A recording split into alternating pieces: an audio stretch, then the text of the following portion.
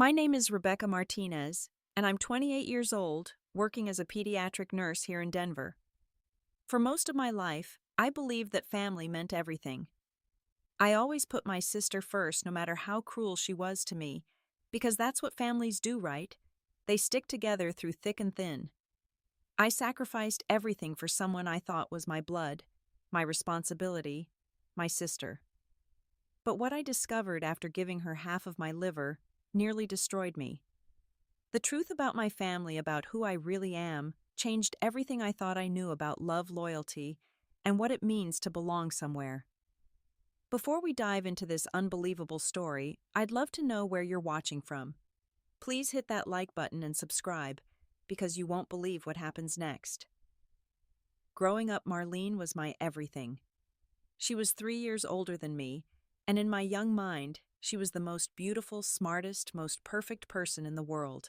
I have these vivid memories from when I was maybe 4 or 5 years old, following her around our house like a lost puppy, desperately wanting her attention, her approval, her love.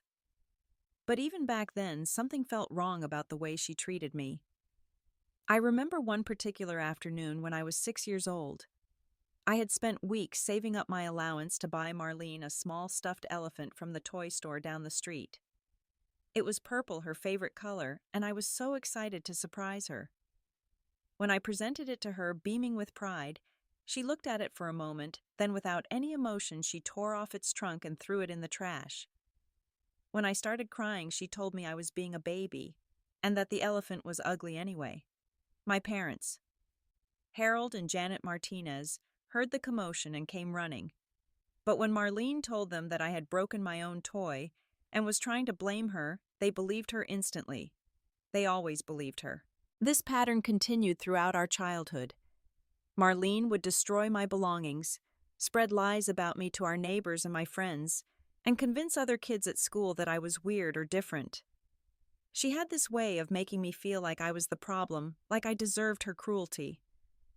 When I was 7, there was an incident that still gives me nightmares. I was coming down the stairs to show my parents a drawing I had made in school when Marlene deliberately stuck her foot out and tripped me. I tumbled down half the staircase, scraping my knees and bruising my ribs. When my parents rushed over, Marlene immediately started crying, telling them that I had pushed her first and then fallen because I was clumsy.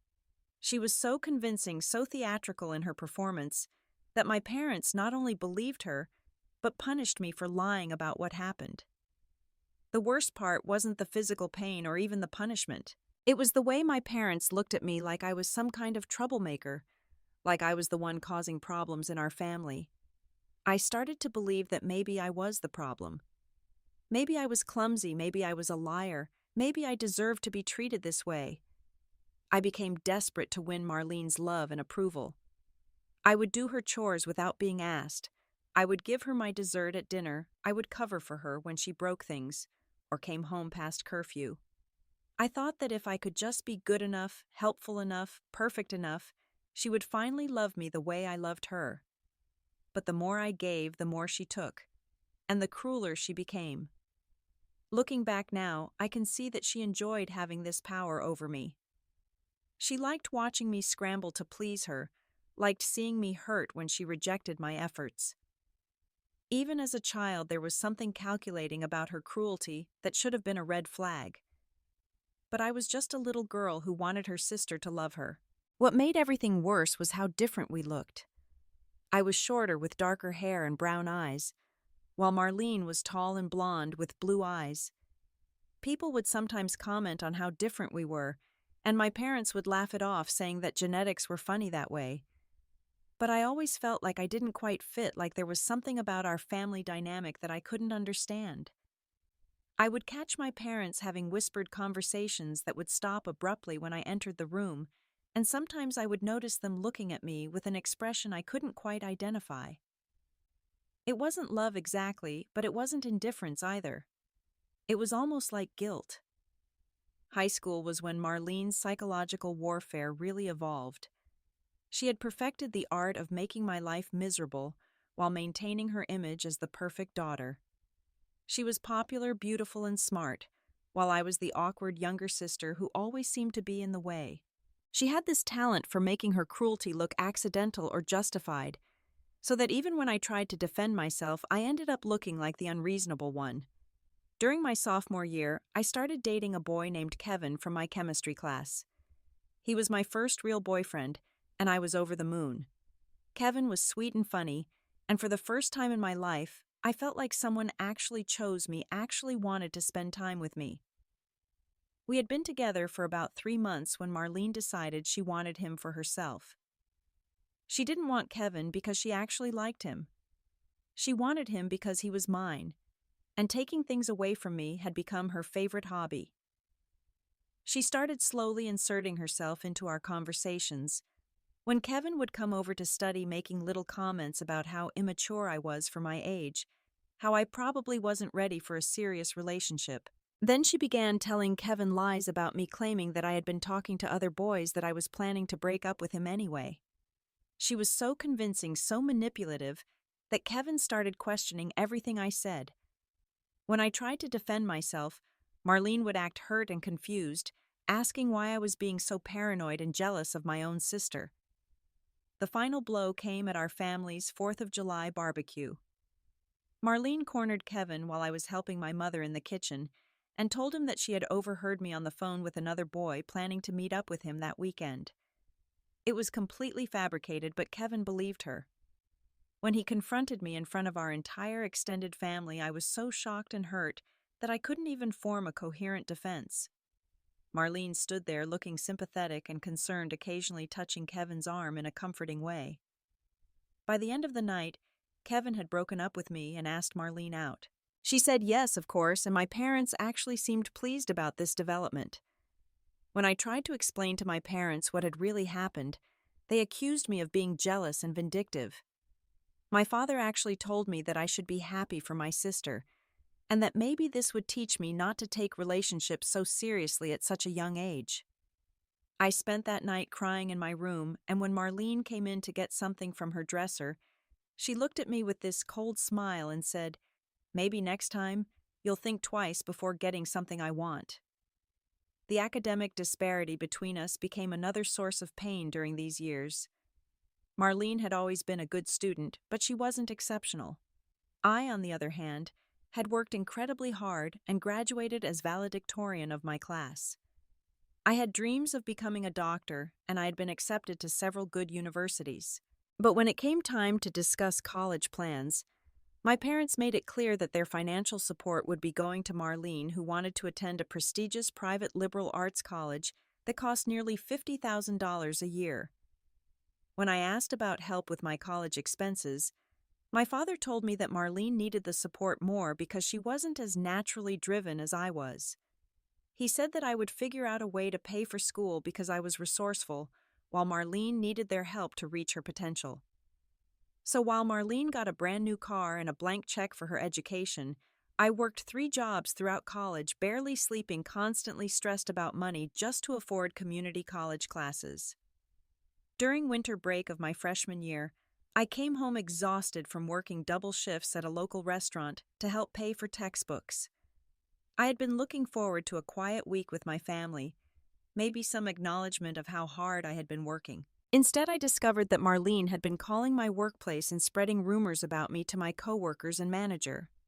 She had told them that I was unstable, that I had a history of stealing, and that they should watch me carefully. The lies were so detailed and convincing that I was fired the day I returned to work after break. When I confronted Marlene about this, she didn't even deny it. She just shrugged and said that she thought it was funny that I took that job so seriously. She said that maybe if I hadn't been such a boring goody two-shoes my whole life, I would understand what real fun looked like. My parents' response was to tell me that I was being dramatic and that surely there had been some misunderstanding. They never even asked Marlene if she had actually done what I accused her of. They just automatically assumed I was wrong. That incident taught me that my sister didn't just dislike me or feel competitive with me. She actively enjoyed causing me pain.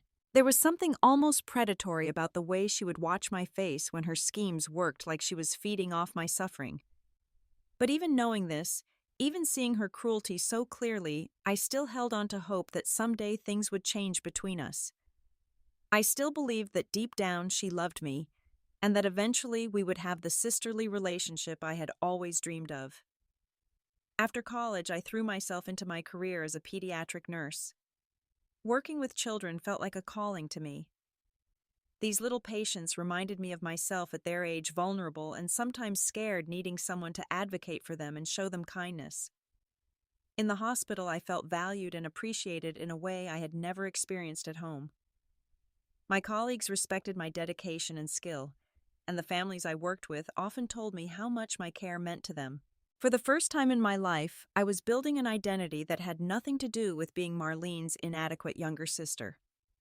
It was at the hospital that I met Thomas, a fellow nurse who worked in the cardiac unit. Thomas was everything I had never dared to hope for in a partner.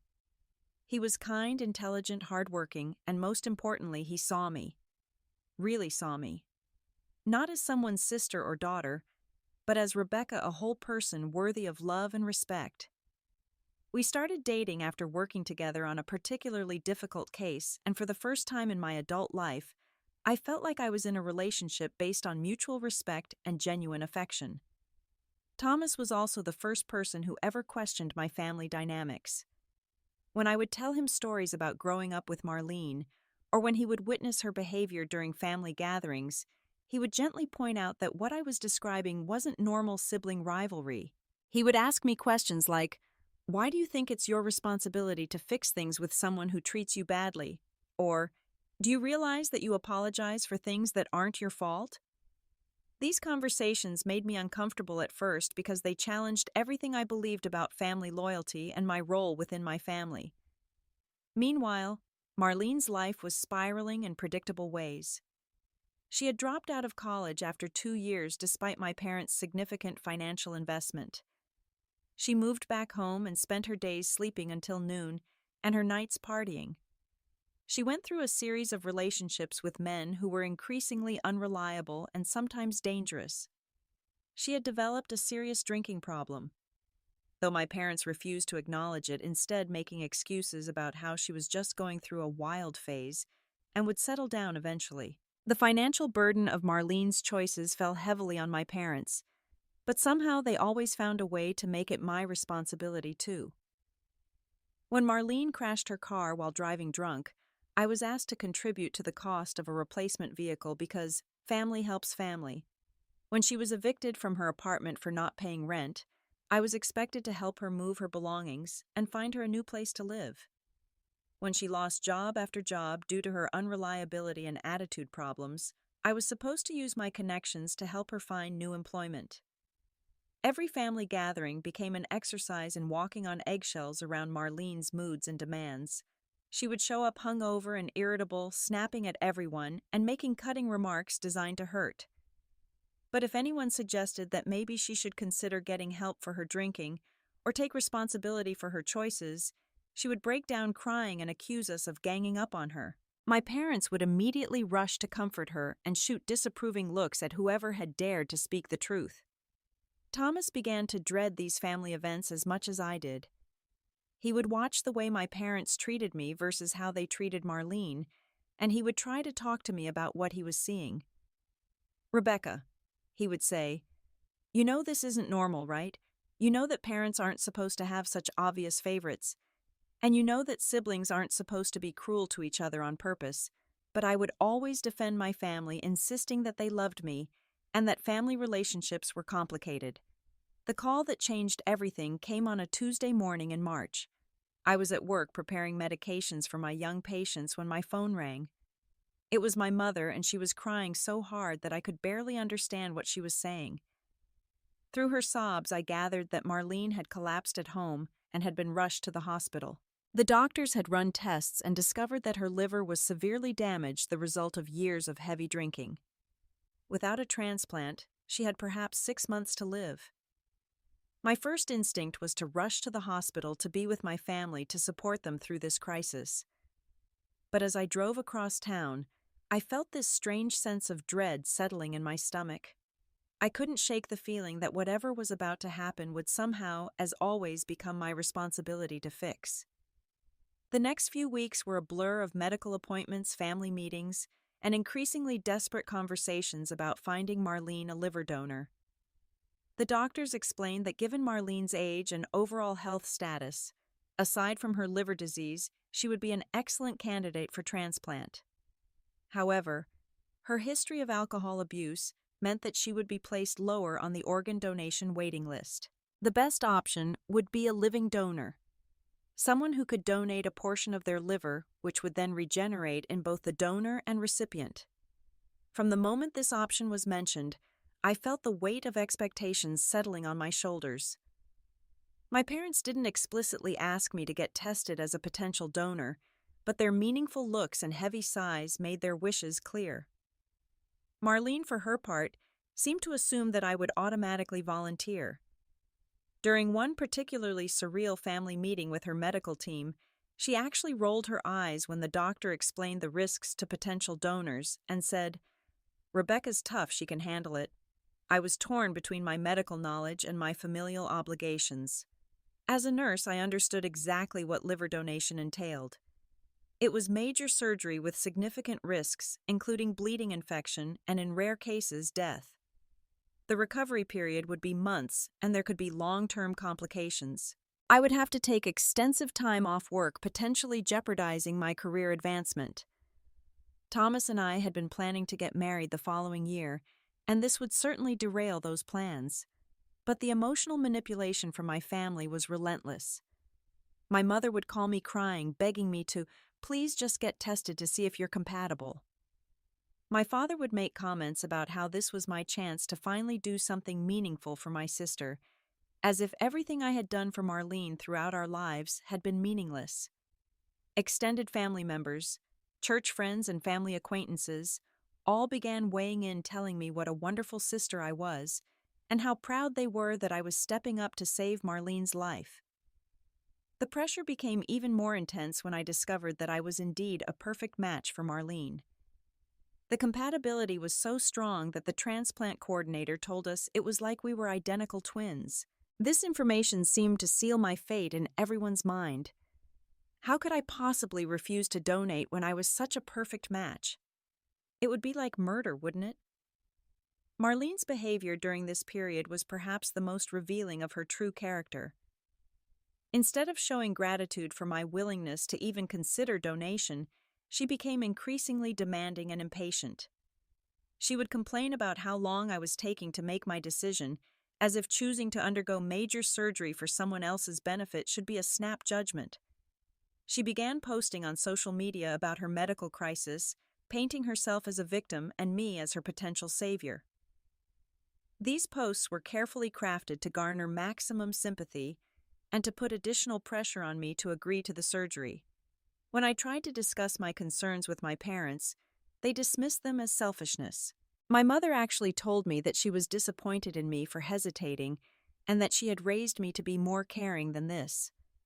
My father said that if I really loved my sister, I wouldn't even have to think about it. They made it clear that refusing to donate would be seen as a betrayal of the family, a selfish act that they would never forgive. Thomas was the only voice of reason during this insane period. He supported whatever decision I made, but he also pointed out that I was being emotionally manipulated and that the pressure I was feeling wasn't normal or healthy. He reminded me that I had already sacrificed so much for Marlene throughout my life and that I didn't owe her my liver just because we shared DNA. But every time I started to listen to his logic, I would be overwhelmed by guilt and the fear of being responsible for my sister's death. The final push came from our family's priest, Father Morrison, who visited me at my apartment to discuss my moral obligation to my sister. He spoke about sacrifice and love, about how God was giving me an opportunity to save a life, and about how I would regret it for the rest of my life if I let Marlene die when I had the power to save her. By the time he left, I felt like I had no choice. I called my parents that night and told them I would go through with the donation. Even then, Marlene couldn't manage to show genuine gratitude. When my mother called to tell her the good news, I could hear Marlene in the background saying, "Finally," I was starting to think she was going to let me die. There was no relief in her voice, no appreciation for the magnitude of what I was agreeing to do. just irritation that it had taken me so long to make what she saw as the obvious choice. The weeks leading up to the surgery were filled with medical appointments, psychological evaluations, and increasingly surreal family dynamics. The hospital required extensive testing to ensure that I was physically and mentally prepared for the donation process. During these appointments, I noticed that the medical staff seemed somewhat concerned about my obvious reluctance, but when they questioned me about it, I assured them that I was fully committed to helping my sister. The psychological evaluation was particularly difficult. The counselor asked me pointed questions about my relationship with Marlene and my motivations for donation. She seemed suspicious of the family pressure I was under and suggested that I might want to take more time to consider my decision. But I was so afraid of being seen as selfish or heartless that I convinced her I was donating out of pure love and concern for my sister's well-being. During this preparation period, Marlene's behavior reached new lows. She complained constantly about having to follow the pre-transplant medical regimen, acting as if giving up alcohol and taking medications was some kind of unreasonable hardship. She made snide comments about how the surgery would leave me with scars, saying things like, "Well, I guess you'll finally have something interesting about your body." When I tried to discuss the logistics of my recovery period, she seemed annoyed that I would need help and support, as if my post-surgical care was somehow an inconvenience for her. The most hurtful incident occurred just 2 weeks before our scheduled surgery date. I had to attend a pre-operative appointment where the surgical team went over the procedure step by step, explaining exactly what would happen to my body during and after the operation. It was terrifying, and I left the hospital feeling overwhelmed and scared. When I got home, I called Marlene, hoping for some acknowledgement of what I was going through, maybe even some comfort or reassurance. Instead, Marlene spent the entire conversation complaining about how boring it was to be stuck at home following her pre-surgery diet and exercise routine. She talked about how unfair it was that she couldn't go out drinking with her friends and how she was going to make up for lost time once she recovered from the transplant. When I tried to share my fears about the surgery, she cut me off and said, "Rebecca, can you please not make this about you? I'm the one who's dying here." She actually hung up on me when I started crying. Thomas was horrified by this conversation and begged me one last time to reconsider the donation. He pointed out that Marlene was showing no signs of gratitude, no indication that she had learned anything from her medical crisis, and no evidence that she would take care of the liver I was giving her. He was right, of course, but by that point, I felt like I was trapped. Too many people knew about the planned surgery. Too many expectations had been set. Too much pressure had been applied. I felt like backing out would destroy my relationship with my family forever. The night before surgery, I couldn't sleep.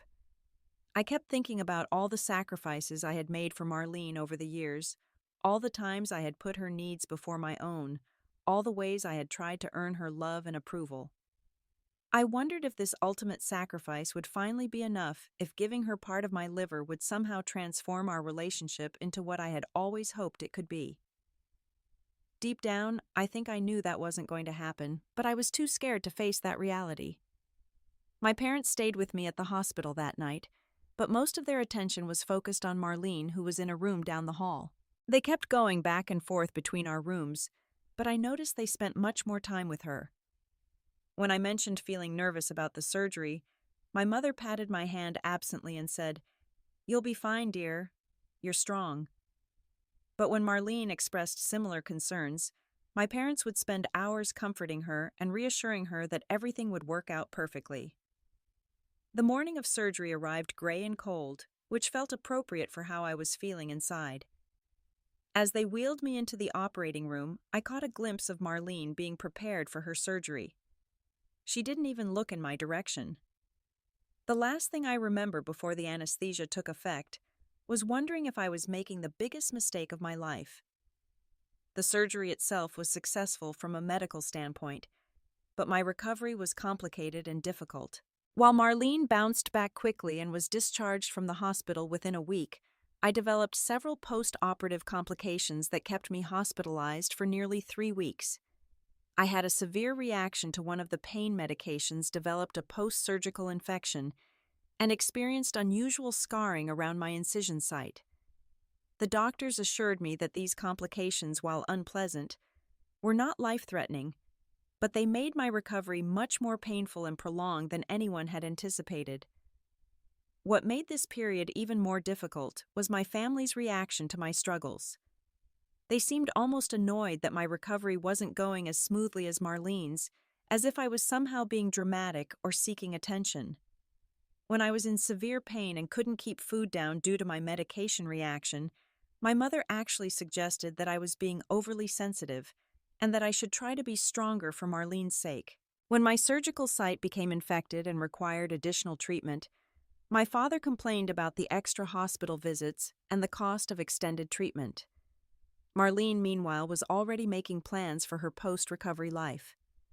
She talked constantly about all the places she wanted to travel, all the parties she wanted to attend, all the things she was going to do now that she had a second chance at life. Not once during my extended hospital stay did she visit me or even call to check on how I was doing. When I asked my mother about this, she said that Marlene was focused on her own healing and that I shouldn't expect her to worry about me when she was dealing with her own recovery. Thomas was my only source of support during this nightmare period. He took time off work to stay with me in the hospital, advocated for my pain management when the medical staff seemed dismissive, and helped me navigate the insurance issues that arose from my extended stay. Watching him care for me with such genuine concern and love made the contrast with my family's behavior even more stark. After I was finally discharged from the hospital, my recovery at home was slow and frustrating. I couldn't work for months, which meant losing income and falling behind on my bills. I couldn't drive for weeks, which made me dependent on others for basic necessities. I couldn't lift anything heavier than 10 pounds, which made simple tasks like grocery shopping impossible. Throughout this period, I received minimal support from my family, who seemed to consider my part of the process complete now that Marlene had her new liver. The routine follow-up appointment that changed everything was scheduled for 3 months after the surgery. By this point, I was feeling mostly recovered physically, though I was still dealing with some fatigue and digestive issues that the doctors said might be permanent side effects of the surgery.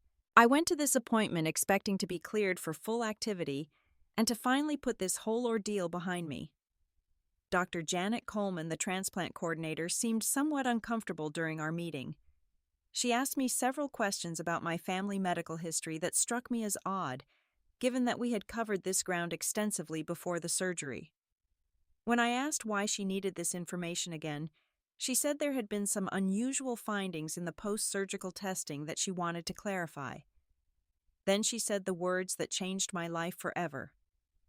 "Rebecca, I need to ask you something, and I want you to know that there's probably a simple explanation for this.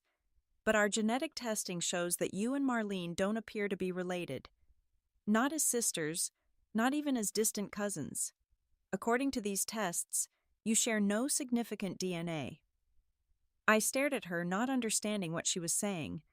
I asked her to repeat it, thinking I had misheard. She explained that as part of the routine post-transplant monitoring, they had run genetic compatibility tests to ensure that my liver tissue was functioning properly in Marlene's body. These tests had revealed that we were not genetically related at all. My first reaction was denial.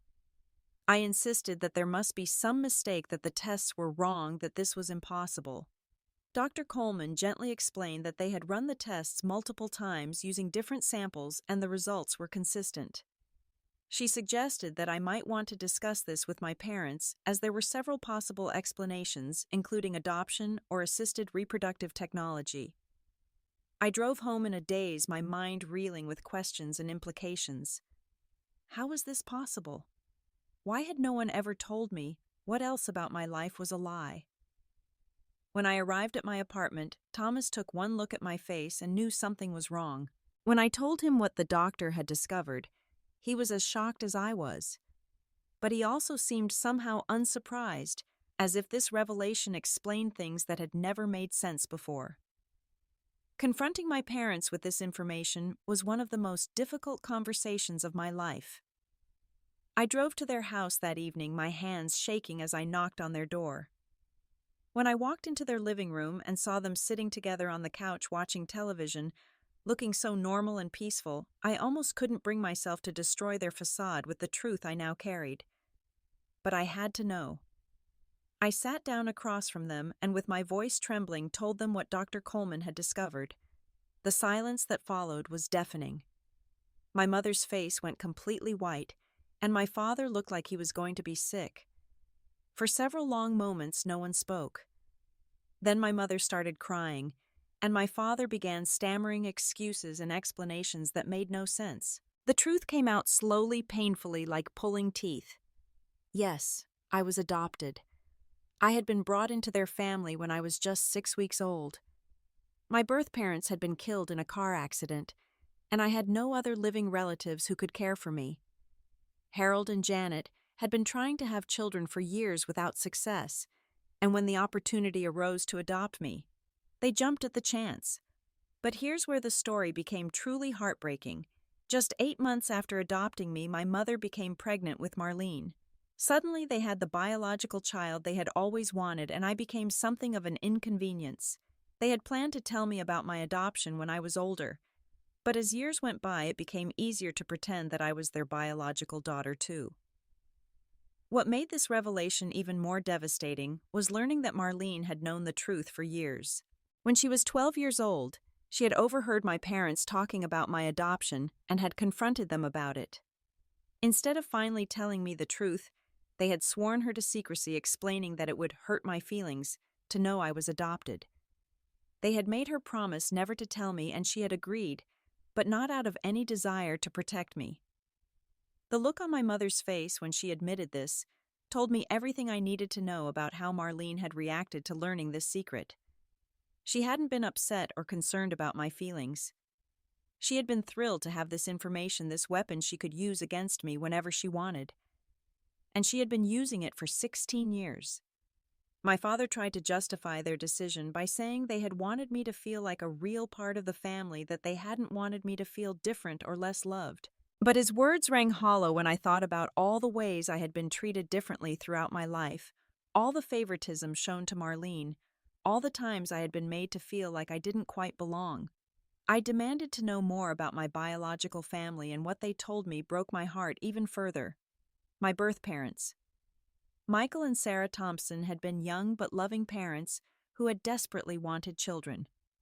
They had died when their car was hit by a drunk driver on their way home from a date night, leaving me orphaned at just 6 weeks old.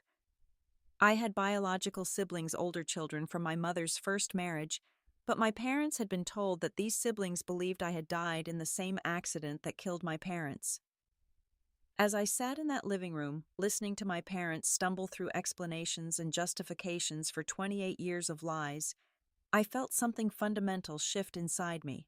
The family I had sacrificed everything for, the people I had tried so desperately to please and belong with, had been lying to me my entire life. Worse, they had allowed Marlene to torture me with information that should have been mine, to know information that might have helped me understand why I always felt like an outsider in my own family. When I asked where Marlene was during this conversation, my mother said she was out with friends celebrating her recovery. The irony was not lost on me. I had just given part of my liver to someone who wasn't even related to me, someone who had spent years using my adoption status as a weapon against me, someone who knew the truth about my identity while I lived in ignorance. I left my parents' house that night feeling like my entire life had been a lie. Everything I thought I knew about myself, about my family, about my place in the world, had been built on deception. I had sacrificed my health, my career, my future for people who had never truly considered me one of them. I had given my liver to a stranger who had tormented me for years, while knowing exactly how to hurt me most deeply.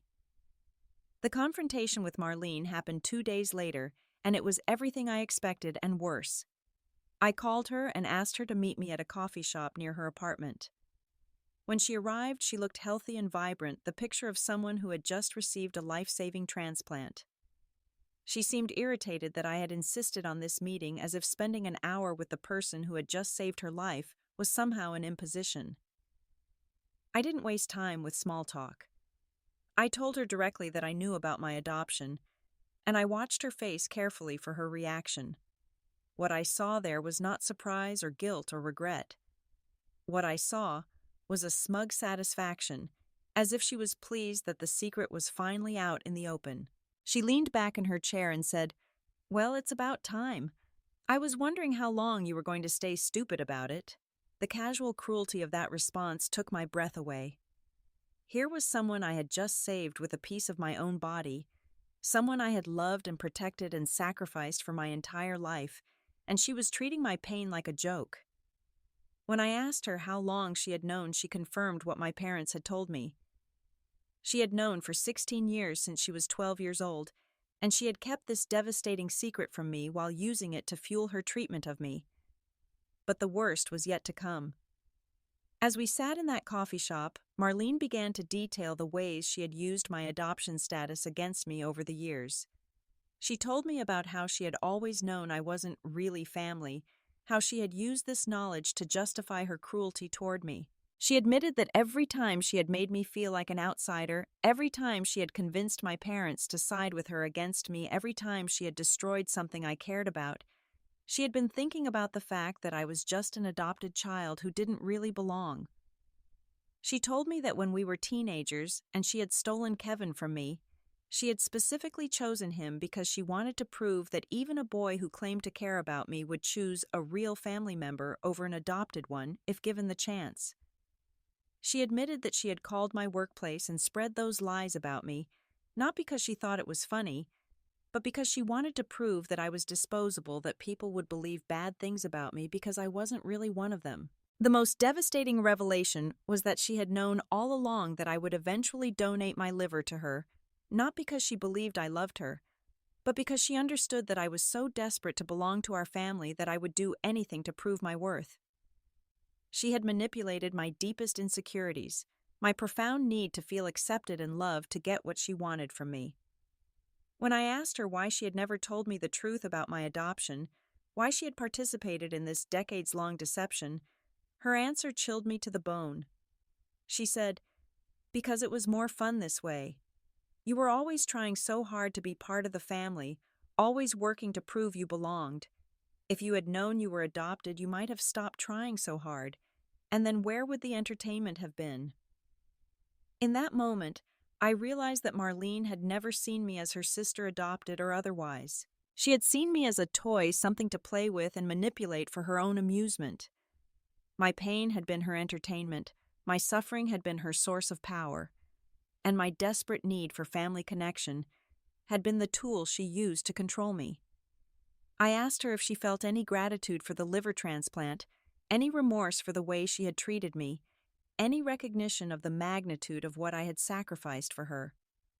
She shrugged and said, "You made your choice. Nobody forced you to do it."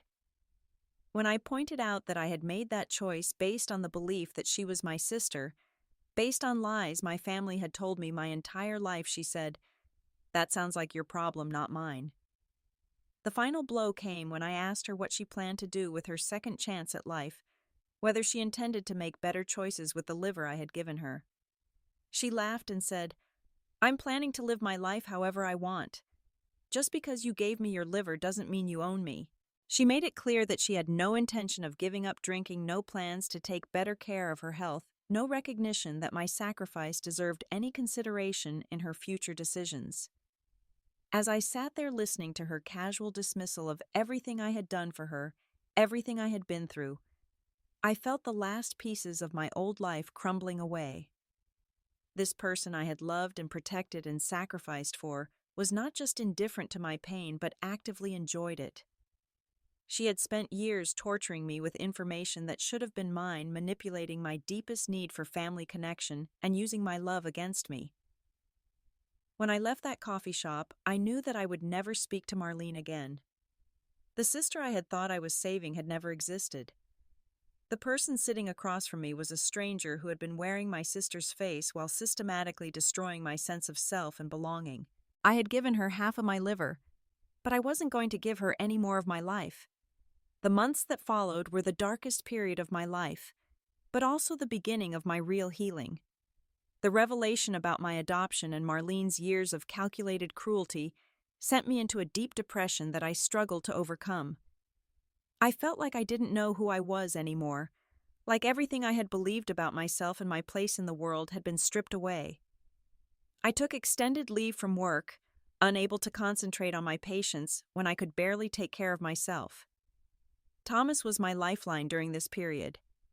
He held me while I cried for the family I had never really had, listened while I raged about the years of manipulation and lies, and gently encouraged me to seek professional help when my depression became overwhelming. He never once said, "I told you so," even though he had seen through my family's dysfunction long before I was able to. Instead, he focused on helping me heal and rebuild my sense of self. The therapy process was painful but necessary. My counselor, Dr. Patricia Williams, helped me understand that I had been the victim of psychological abuse for most of my life. She explained that what Marlene had done to me was not sibling rivalry or even ordinary cruelty, but systematic emotional torture designed to keep me in a subordinate position. The fact that she had used my adoption status as a weapon made her behavior even more calculated and vicious. Dr. Williams also helped me work through my complex feelings about my biological family. Learning that I had siblings who believed I was dead was devastating, but it also opened up the possibility of connections I had never imagined. With her help, I began the process of searching for my biological family, hoping to find some sense of where I really came from.